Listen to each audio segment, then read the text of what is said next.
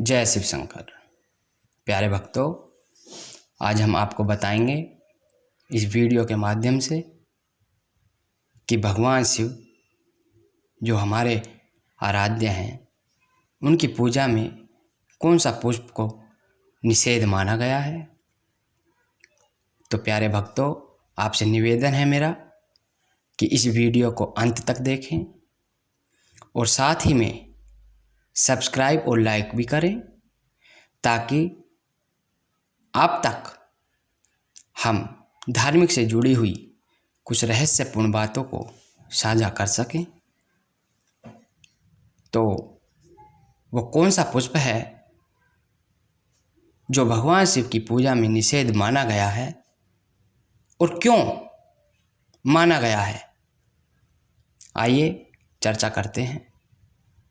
बात उन दिनों की है जब भगवान ब्रह्मा और भगवान विष्णु के भीतर मद उत्पन्न हो जाता है, तो उन दोनों के अंदर मद के कारण अहंकार जन्म ले लेता है और उन्हों में एक विवाद छिड़ जाता है।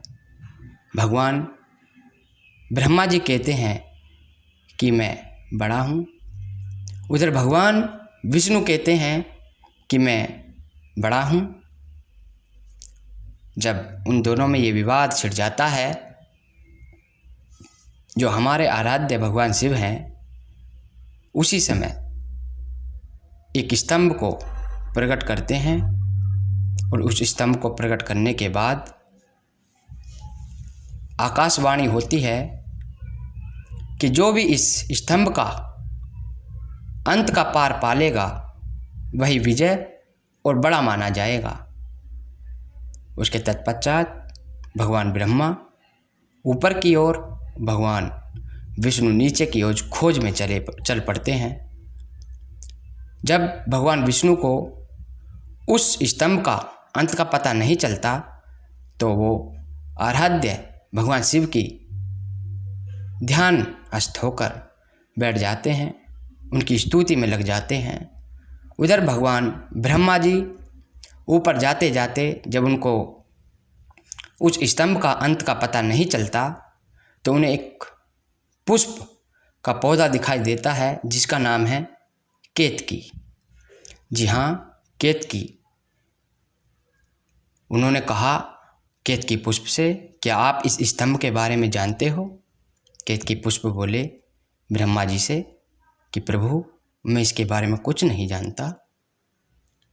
ब्रह्मा जी बोले ठीक है, अगर आप नहीं जानते हो तो आप भगवान विष्णु के समक्ष आपको ये बोलना है कि ब्रह्मा जी ने इसका अंत का पार पा लिया है।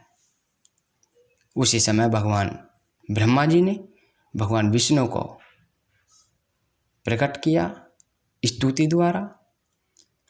जब भगवान विष्णु वहाँ पे प्रकट हो जाते हैं, केतकी पुष्प ने कहा कि ब्रह्मा जी ने इस स्तंभ का अंत का पता लगा लिया है। उसके बाद जब आराध्य भगवान शिव को, जो अंतर्यामी है, उन्होंने ये सब सुना, तो उसी समय वहाँ पर प्रकट हो गए और अपने त्रिशूल के द्वारा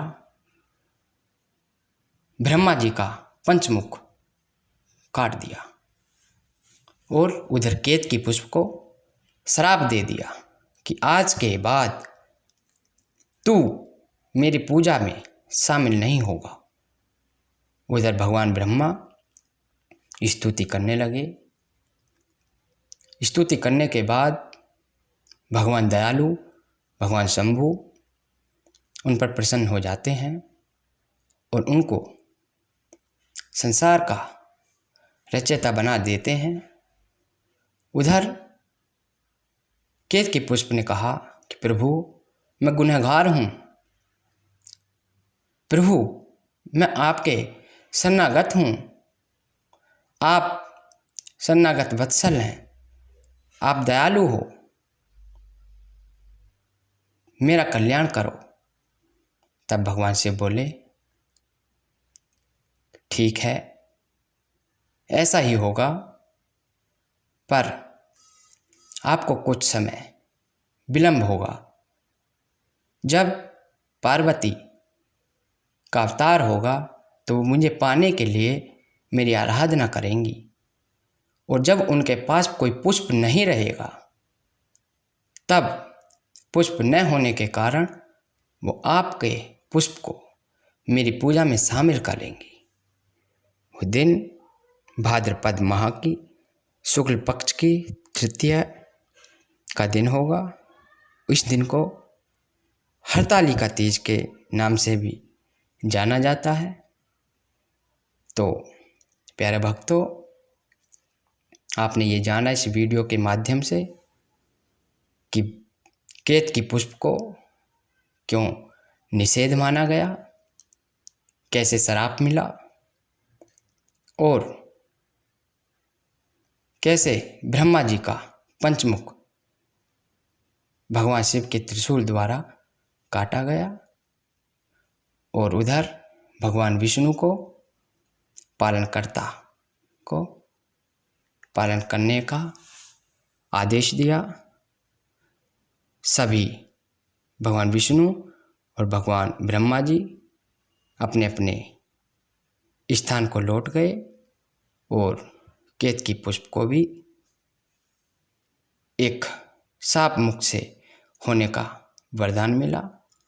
तो आशा करता हूँ कि आपको यह वीडियो पसंद आया होगा, तो कृपया लाइक और सब्सक्राइब ज़रूर करें।